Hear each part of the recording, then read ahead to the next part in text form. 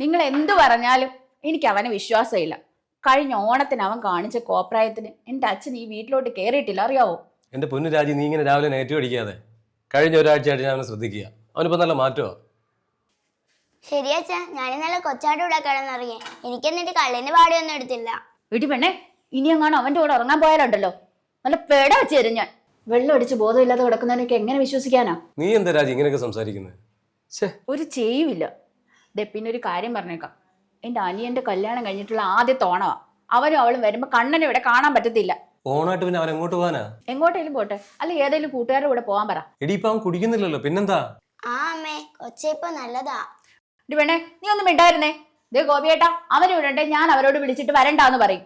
എന്നിട്ട് ഞാനും മോളും കൂടെ അവിടെ പോയിട്ട് ഓണം കൂടും. നിങ്ങൾ നിങ്ങളുടെ അനിയനും കൂടെ ഇവിടെ കുടിച്ചു വെടുത്ത് കിടണം.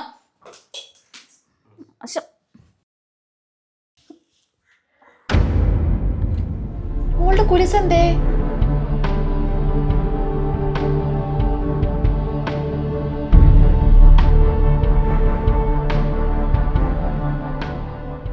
ഇതിപ്പോൾ എന്തോ കിട്ടുമായിരിക്കും. സ്വർണത്തിനൊക്കെ നല്ല വിലയല്ലേ, കിട്ടും. തികയുമെന്നുള്ള എൻ്റെ പേടി. തികഞ്ഞില്ല നമ്മൾ ഷെയർ ചെയ്യണം. എന്തോ കഴിഞ്ഞ ഓണത്തിന് കൂടെ കിടന്നുറങ്ങിയ പെണ്ണുമ്പിള്ളയുടെ അരഞ്ഞാടം മോഷ്ടിച്ച് വിറ്റട്ടാ ചിലവ് കടത്തിയത് അങ്ങോട്ട്. എന്നാൽ പിന്നെ അതൊന്നുകൂടെ ചെയ്താൽ പോരെ. അതിൽ പെണ്ണുമ്പിള്ള കൂടെ കിടത്തിയാലല്ലേ അരയെ കിടക്കുന്ന സ്വർണ്ണമാണോ കറുപ്പുകാരടാന്നോ എന്ന് അറിയാൻ പറ്റും. ഇപ്പം ഒന്നുമില്ല.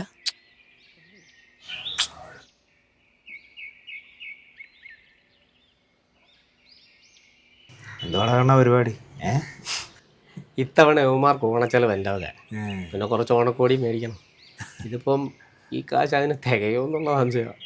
അത് ശരിയാ. നീ ആ സുറുമയിൽ പോയി എടുത്താൽ മതി, അവിടെ വിലക്കുറവുണ്ടാ. ആ അല്ല, കരുനാപ്പള്ളി ലാലാൻഷനിലെ കടയില്ലയോ? ആ, ഞാൻ ഇന്നലെ അവിടെ പോയായിരുന്നു. നല്ല കളക്ഷനൊക്കെ ഉണ്ട്. നമുക്ക് കാശ് കുറച്ച് ലാഭിക്കാമല്ലോ. ഇങ്ങനെ എന്തു ഈ കുളൂണെന്ന് പറയുന്നത്? അച്ചായ പൈസ കൊടുച്ചായ ഇവരെ തെള്ളൂണോ ആശാനെ? വാ.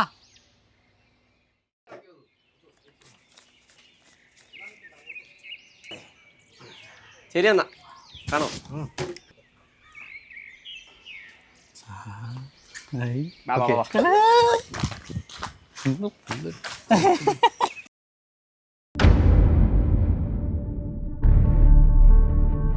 നിനക്ക് ഇത്ര ശ്രദ്ധയില്ലാതായല്ലോ കൊച്ചെ. ഒരു ചെറുക്കൻ എത്ര കഷ്ടപ്പെട്ട് വാങ്ങി തന്നാന്നറിയാവോ? നീ കൊച്ചിനെ എന്തിനായിട്ട് വഴക്ക് പറയുന്നത്? നീ അല്ലേ ഇതൊക്കെ ശ്രദ്ധിക്കേണ്ടത്?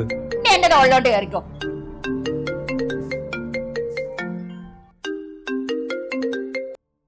ആടെ ഗോപി, ആ സണ്ണി പറയടാ. നിന്റെ അനിയൻ ഇവിടെ വന്നായിരുന്നു. എന്തിന്? ഒരു ഉരുപ്പടി പണയം വെച്ച് കുറച്ച് കാശുമായിട്ട് പോയിട്ടുണ്ട്. പ്ലാൻ മറ്റേത് തന്നെ, അതെന്താടാ? കള്ളുകൂടി അല്ലാതെ. ആണോ? ഓ, ഞാനൊന്ന് പറഞ്ഞതേ ഉള്ളൂ. ആ ശരി. ശരിടാ. എന്താ ഏട്ടാ? കണ്ണൻ സണ്ണി എടുത്ത് പണയം വെക്കാൻ ചെന്നു. അപ്പൊ അവനായിരുന്നല്ലേ കൊച്ചിന്റെ കുലിസെടുത്തത്? ഡീ, കണ്ടോ നിന്റെ കൊച്ചിന്റെ സ്വഭാവം? കൊള്ളൻ, അവനെ ഇവിടുന്ന് പറഞ്ഞു വിട്ടേക്കണം.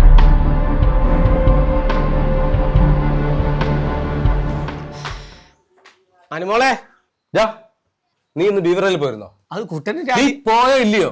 പോയി. കുടിയെടുത്ത് പറഞ്ഞ പറ്റിക്കാറുണ്ടല്ലടാ.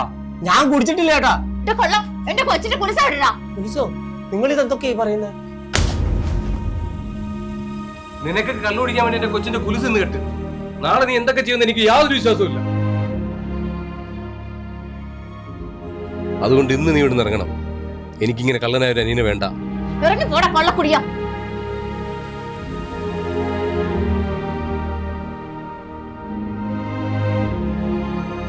അച്ഛാ, അമ്മ കുളിസ് കിട്ടി, പുതപ്പി കിടന്നതാ.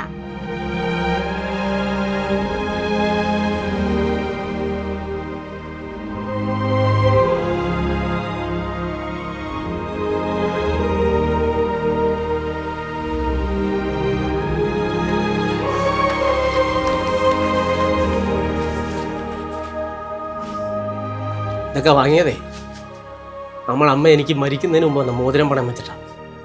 അല്ലാതെ നിങ്ങളൊക്കെ വിചാരിക്കുന്ന പോലെ ഞാൻ ആരുടെയും കൊലുസൊന്നും എടുത്തിട്ടില്ല.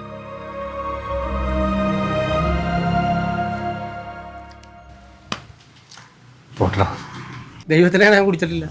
ഇന്നെന്നല്ല, കഴിഞ്ഞ 1.5 ആഴ്ച ഞാൻ കുടിച്ചിട്ട്. സത്യം ഞാൻ അറിയാതെ. അതൊന്നും അറിയില്ല. ഞാൻ നിങ്ങൾക്കും ചേട്ടത്തേക്കും കൊച്ചിനും ഒക്കെ മേടിച്ചതാണ്. കൊണ്ടുപോയി പോ.